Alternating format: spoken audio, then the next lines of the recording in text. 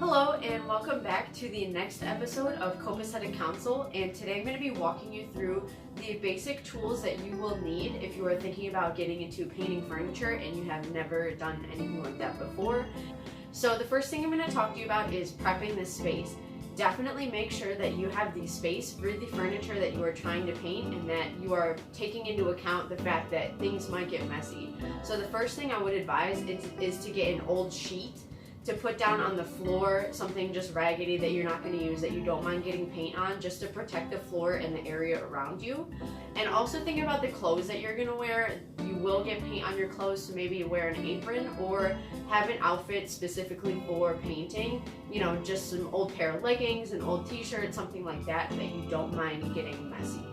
So once you have a space all set up for your painting, make sure that you have the tools to prep the furniture. This is a step that a lot of people don't really think about, but is super important, and maybe the most important step to painting your furniture is prepping your piece before you paint. So you're gonna need sandpaper to sand it all down. I use, depending on how I'm sanding it, how far down I need to sand, I use a 60, 80, or 100 grit sandpaper. You might want to get a rotary sander or a palm sander eventually, but you don't need it to start off. Maybe just get sheets of sandpaper and sand it by hand. And you're also going to want a multi-surface cleaner to just wipe the sand off the piece, wipe the gunk off, make sure there's nothing on there, make sure it's nice and clean before you paint on the surface. Anything that you leave will stay underneath the paint, and it might even ruin the paint. If you get primer, you paint on top of it, you have dirt underneath, it can lift the paint off and just ruin the whole piece, and you'll have to sand it and start back to the beginning. So make sure that you're prepping your piece completely and thoroughly before you start.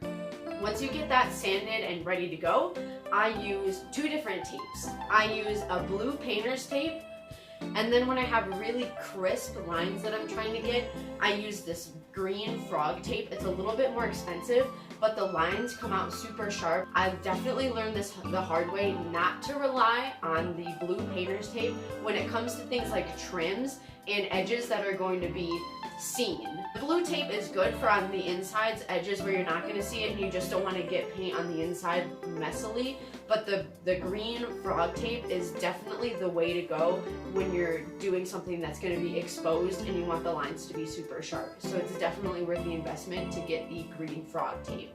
You will regret it if you don't, I promise you that.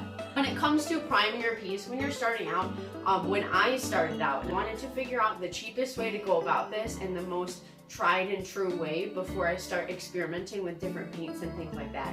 So the thing that I found was most recommended, and I still use it depending on the paint that I'm using, is this Bullseye 123 primer.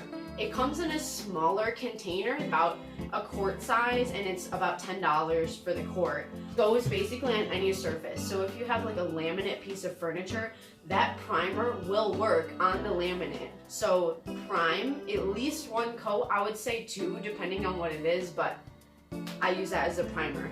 Now to prime and to paint, I use 2-inch brushes that I got from Home Depot. These are about $3 each, and I use a 4-inch roller. Now I've had the same 4-inch roller since I started painting. I bought one, that's all you need, and then I use these foam rollers. Pretty simple. I would say when you start, get at least 3 brushes. I have one for bright colors like whites, tans, pinks, reds. I have one for darker colors like blues, blacks, greens, and then I have one that I use to seal. So sealing, I started off using polyacrylic. So this is about $17, but this lasts me about 5 to 10 pieces depending on how big they are. So this is what I use to seal, is polyacrylic. So prime, paint, and seal with the polyacrylic. Now what I didn't talk to you about yet, but I'm going to get on to now, is the paint that I used when I started out. Now again, like I said, the first time I painted a piece or two, I wasn't sure how into it I was going to get, and I didn't want to just buy a whole gallon of paint, especially if I'm not going to use the whole thing. And so what I found out online, and I'm really grateful for, is that you can buy sample sizes of paints really cheap, and they're big enough to cover the whole piece. So for example, I ordered this sample size of red from Home Depot, and this is $6, and this was more than enough to cover a nightstand.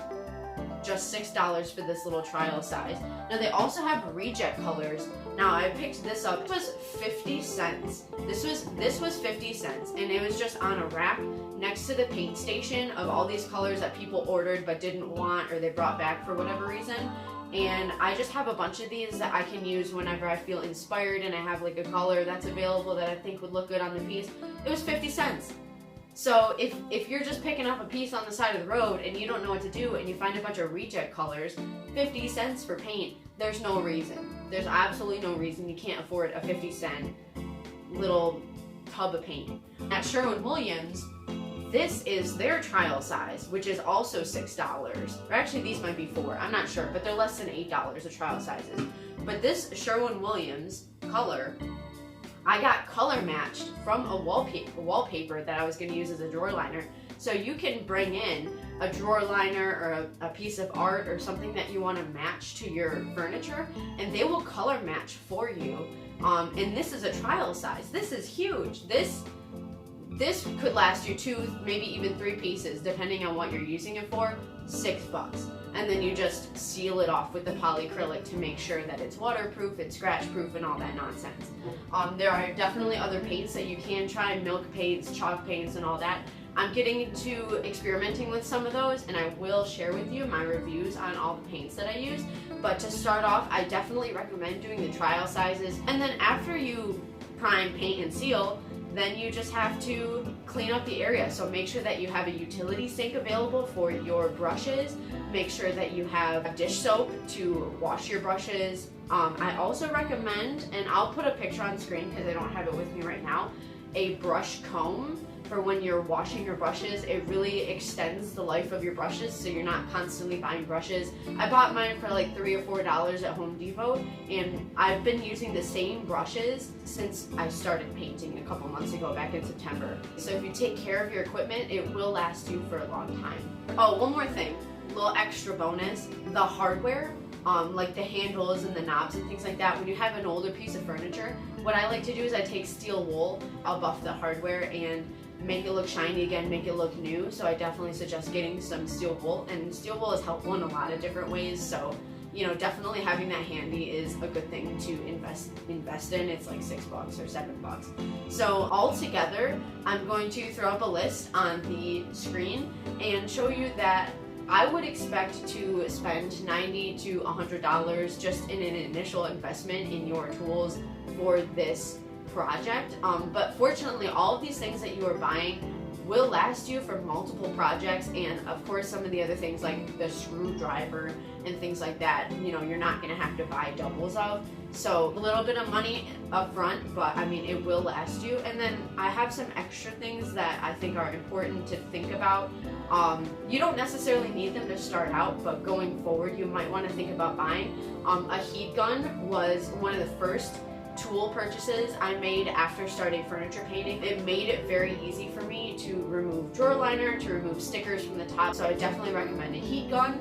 I definitely recommend possibly getting a rotary sander or a palm sander, like a detail sander, but especially if you are thinking about sanding down to the bare wood and maybe doing some staining and things like that, I definitely recommend getting one of those tools. And a drill. A drill is really good for hardware removal. Obviously you can do that with a flathead by yourself by hand, but it does make it a lot faster and a lot easier, especially on older pieces of furniture where the screws might be stuck from sitting there. And also it's good for drilling holes. You're always going to have a reason to have a drill. Definitely get a drill at some point. Obviously you don't need it in the beginning, but it is a good investment when you are starting out. So that is it for today. Let me know if you try out furniture painting, and please share with me in the comments what you are up to. I hope to see you in the next video, and if you like this video, give me a big thumbs up and subscribe to my channel, and take a look at my Facebook page to see what projects I am up to. I'll see you next time.